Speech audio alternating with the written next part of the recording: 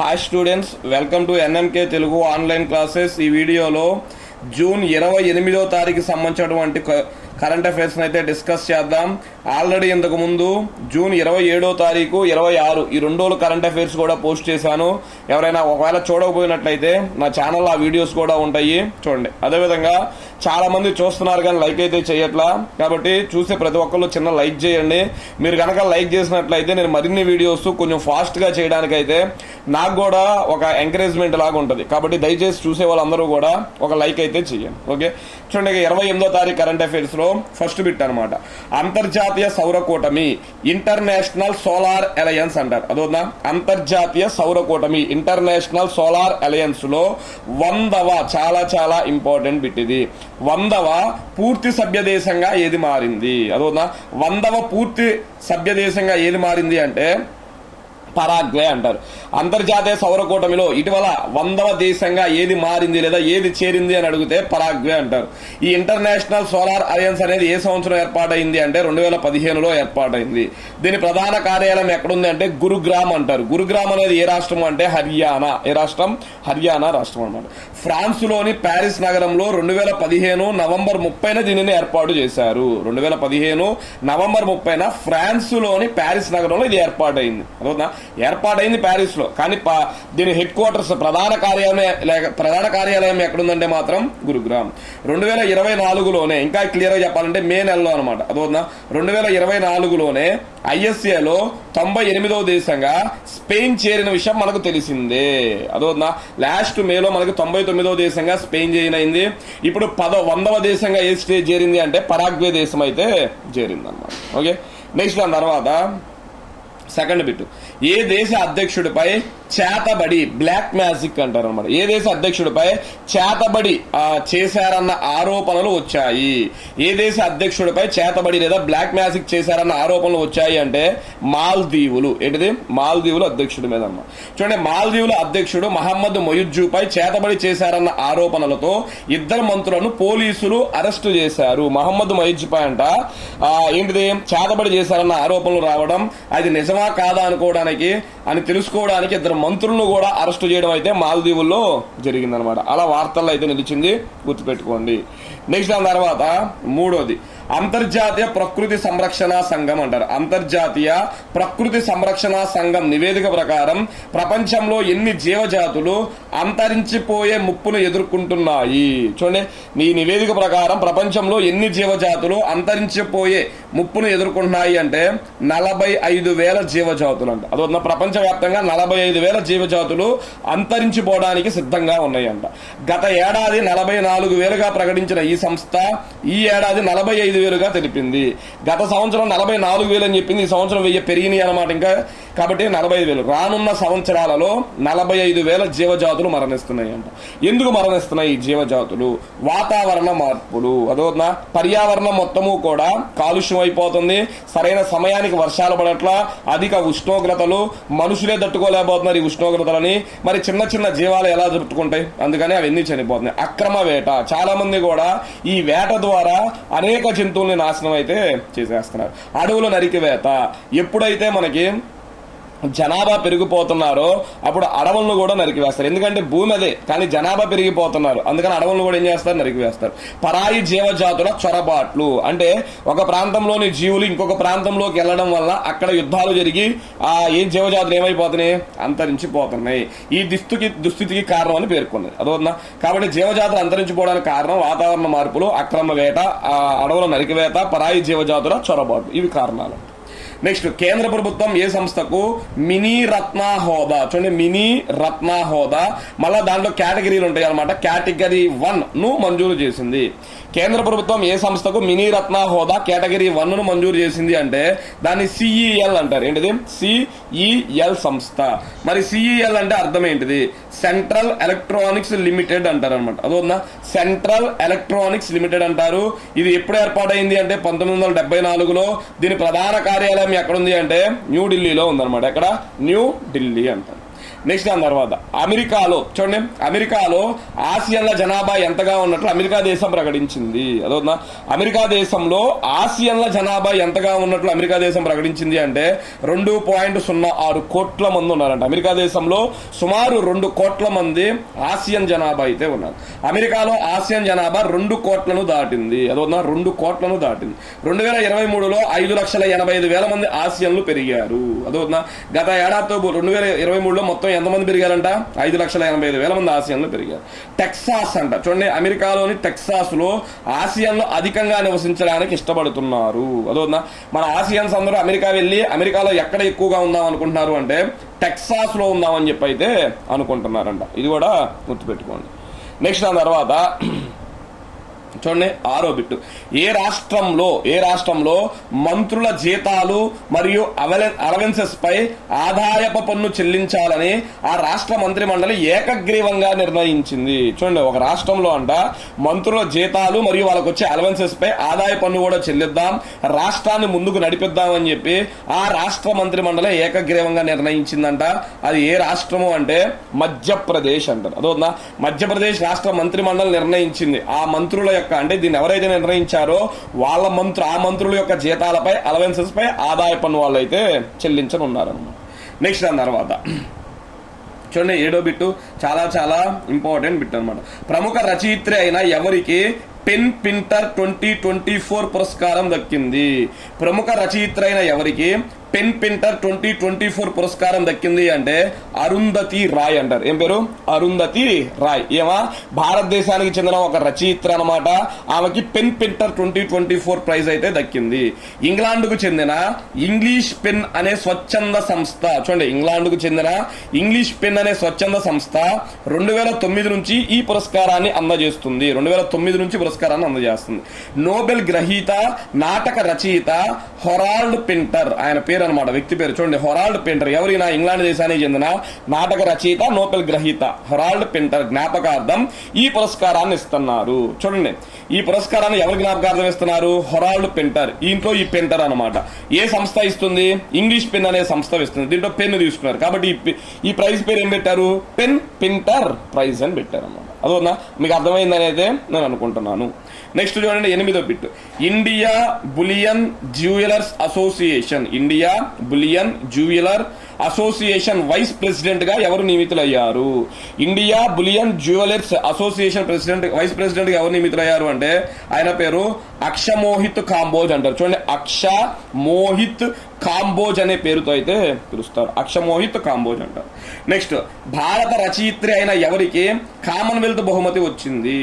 భారత రచయిత్రి అయిన ఎవరికి కామన్వెల్త్ బహుమతి వచ్చింది అంటే సంజనా ఠాకూర్ అంటారు. ఇది కూడా ఇంపార్టెంట్ బిట్ అనమాట. అదొక సంజనా ఠాకూర్ కి కామన్వెల్త్ బహుమతి అనేది వచ్చింది.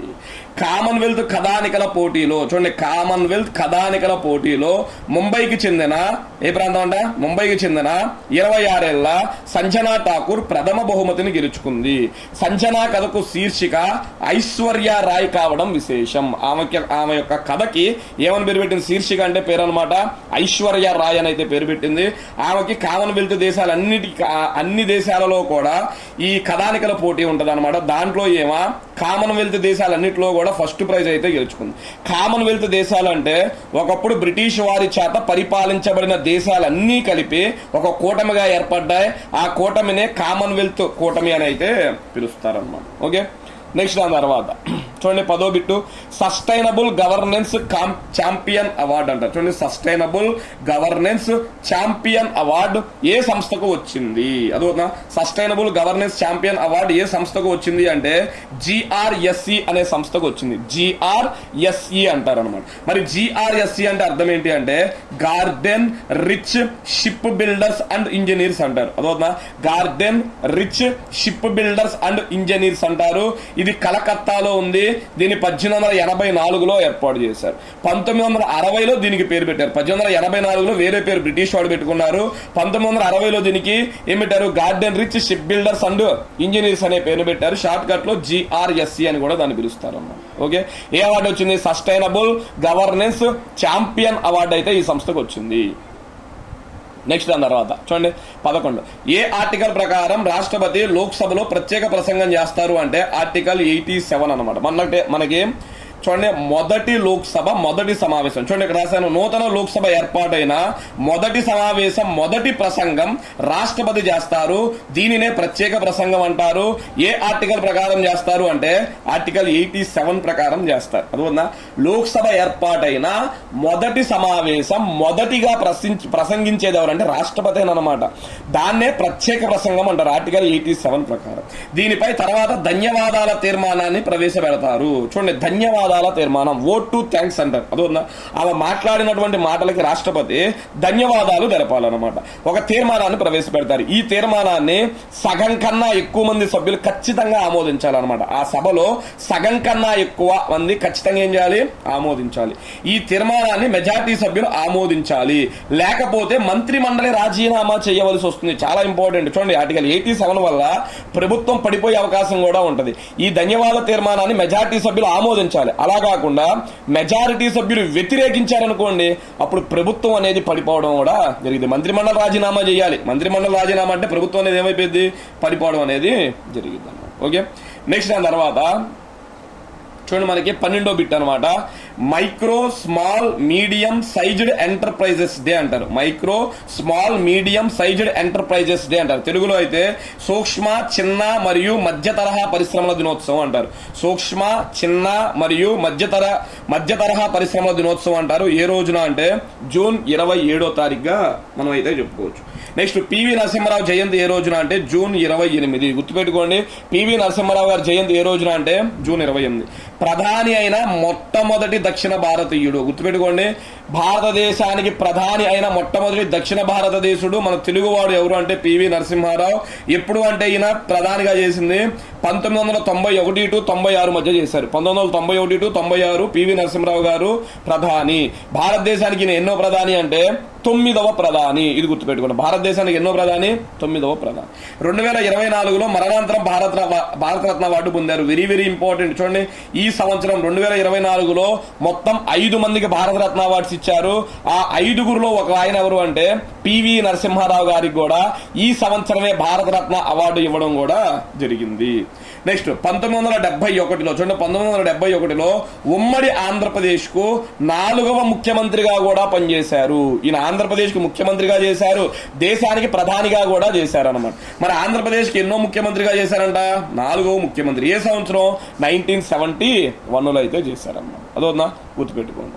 నెక్స్ట్ దాని తర్వాత చూడండి 14వ బిట్ అనమాట మనకి.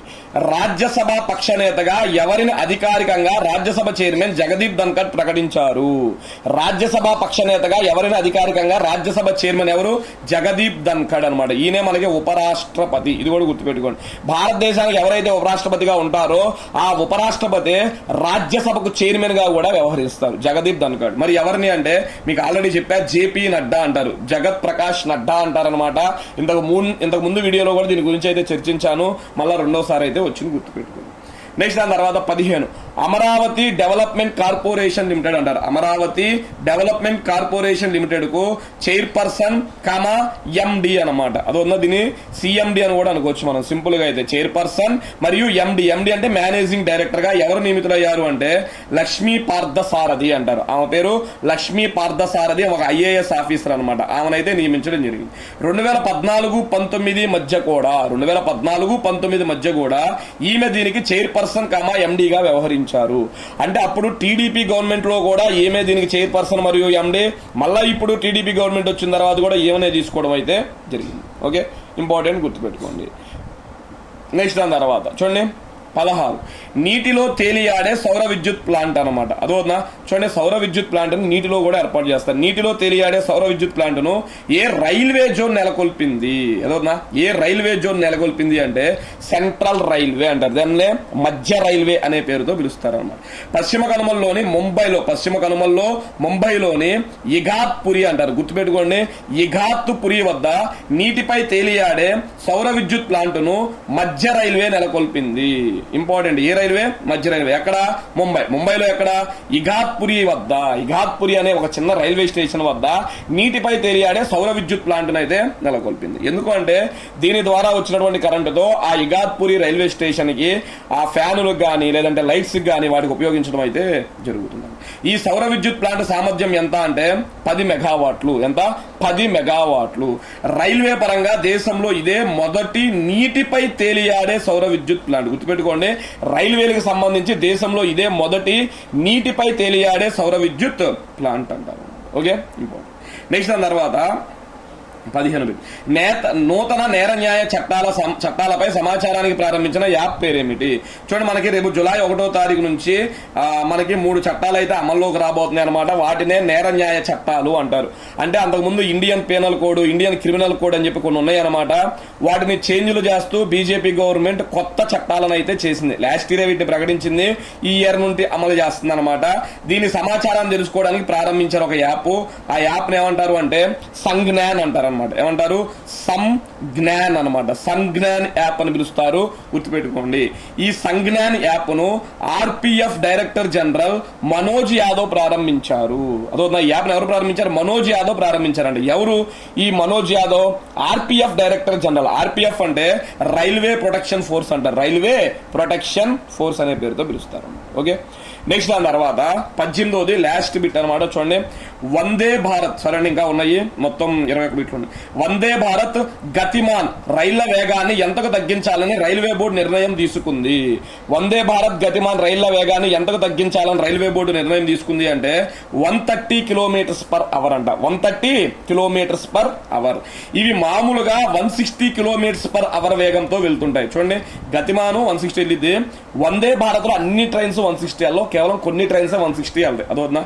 ఆ కొన్ని ట్రైన్లనే వేగం ఏం చేశారు? తగ్గించారు. 160 నుంచి అంతా తగ్గించేశారు, 130 కిలోమీటర్ పర్ అవర్ కి తగ్గించేశారు. అదవుతుందా? చూడండి, రైళ్ల ప్రమాదాల నుంచి రక్షణ కల్పించే ఆటోమేటిక్ వ్యవస్థ అందుబాటులోకి వచ్చే వరకు వీటి వేగాన్ని తగ్గించాలని రైల్వే శాఖ నిర్ణయించింది.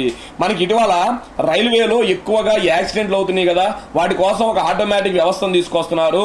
అది అందుబాటులోకి వచ్చేంత వరకు వీటి వేగాన్ని తగ్గించాలని రైల్వే శాఖ దీని నిర్ణయం అయితే తీసుకుందన్నమాట. ఓకే, నెక్స్ట్ దాని తర్వాత 19వ బిట్. అంతర్జాతీయ క్రికెట్ లో అంటే అన్ని ఫార్మెట్లు, అంతర్జాతీయ క్రికెట్ అన్ని ఫార్మెట్లు అంటే 3 ఉంటాయి. వన్డేలు, టెస్టులు, T20లు, అన్ని ఫార్మెట్లు. అంతర్జాతీయ క్రికెట్ లో కెప్టెన్ గా 5000 పరుగుల మైలురాయిని చేసుకున్న 5వ ఆటగాడిగా ఎవరు నిలిచారు? చూడండి, అంతర్జాతీయ క్రికెట్ లో కెప్టెన్ గా ఉండి 5000 పరుగులు అనమాట చేసిన 5వ ఆటగాడిగా భారతదేశం నుంచి ఎవరు నిలిచారు అంటే రోహిత్ శర్మ నిలిచాడు. ఈయన 5000 పరుగులు కొట్టాడంట. అదవుతుందా? ఎలా కొట్టాడు 5000 పరుగులు? కెప్టెన్ గా ఉండి కొట్టాడు. అది ఇంపార్టెంట్.